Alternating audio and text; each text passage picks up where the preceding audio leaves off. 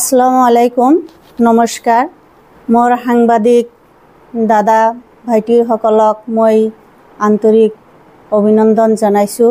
আজি 2025 পঞ্চায়ত নিৰ্বাচন আহিছে, ৰণকৌশল বাজিছে। সেইকাৰণে আজি আমি সাংবাদিক দাদাসকলক মাতিছোঁ। আজি আমি ভাৰতীয় জাতীয় কংগ্ৰেছ দলৰ টিকেট প্ৰত্যাশী যে আমি ইয়াৰ আগতেও আমি কুমলীপাৰা গাঁও পঞ্চায়তৰ প্ৰাক্তন সভানেত্ৰী আছিলোঁ।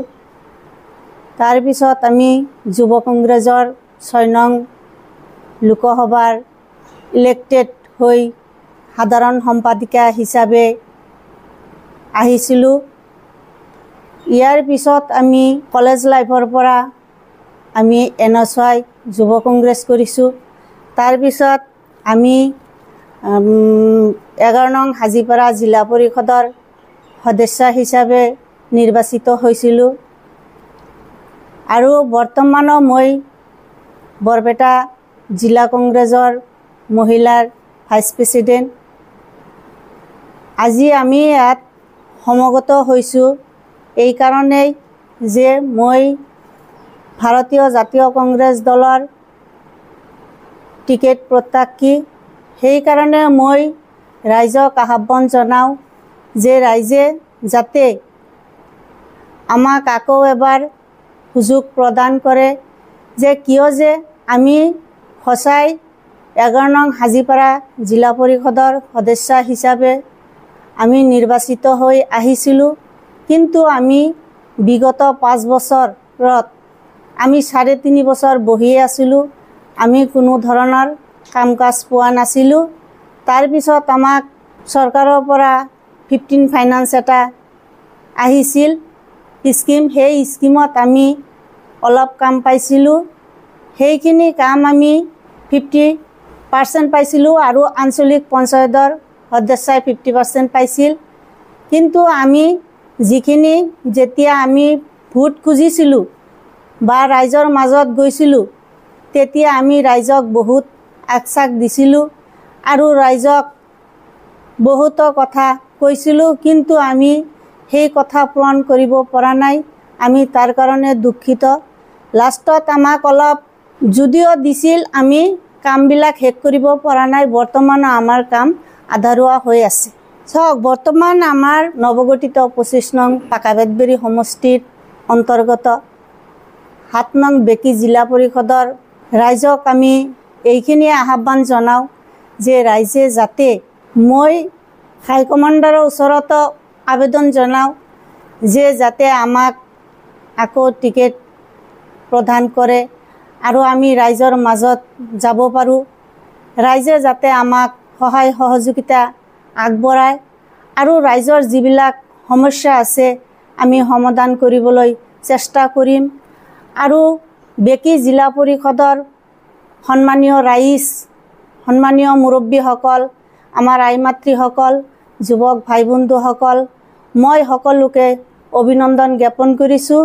আৰু তেওঁলোকক লৈ মই যদি মোক হাইকমাণ্ডে টিকেট নিৰ্বাচিত কৰে আৰু ৰাইজে যদি মোক জয় কৰে, তেতিয়াহ'লে মই বেকী জিলা পৰিষদৰ ৰাইজক আঁকোৱালি লৈ মই কাম কাজত আগবাঢ়ি যাম আৰু তেওঁলোকৰ সমস্যা লৈ মাত মাতিম। 7 নং বেকী জিলা পৰিষদৰ সমস্যা বহুতেই আছে। তাৰে মাজত আমাৰ বেকীত আমাৰ গৰাখহনীয়া সমস্যা 1 নম্বৰ। তাৰপিছত আমাৰ খোৱাপানীৰ যোগান ধৰা, আমাৰ বিশুদ্ধ খোৱাপানীৰ যোগান ধৰা, আমাৰ যিহেতু আমাৰ মাইনৰিটি এলেকা, আমাৰ কৃষি বিভাগ, কৃষি মানুহ, তেওঁলোকৰো বহুত সমস্যা আছে। আমি তেওঁলোকৰ লগতো আছোঁ। আৰু আমাৰ শিক্ষাৰ সমস্যা, আমি শিক্ষাৰ লগতো জড়িত। আমি তেওঁলোকক শিক্ষাৰ বিষয়ে আগবাঢ়ি লৈ যাম আৰু আমাৰ যিখিনি সমস্যা আছে তেওঁলোকৰ লগত মই সদায় জড়িত থাকিম। এতিয়াও কৈছোঁ, ভৱিষ্যতো থাকিম, বৰ্তমানো আছোঁ। আগতে চাওক, যিখিনি আমাৰ পুৰণা কথা মই কওঁ যে আমাৰ জনীয় সমষ্টি আছিল, আমি বৰপেটা সমষ্টিত আছিলোঁ, কিন্তু মাজত এটা বৰ্ডাৰহে আছিল আমি একেলগে আছিলোঁ। তেওঁলোকক আগৰ পৰাই আমি চোৱা চিতা কৰিছোঁ, মৰম কৰিছোঁ। তেওঁলোকৰ লগত সকলো সময়তে আমি সমস্যাবিলাক শ্বেয়াৰ কৰিছোঁ, জড়িত আছিলোঁ, বৰ্তমানো আছোঁ, ভৱিষ্যতেও থাকিম। চাওক, ময়ো এজন মহিলা আমাৰ এনেকুৱা এটা অৱস্থাত আছে যে আমাৰ মহিলা বৰ্তমান কোনো সুৰক্ষাই নাই।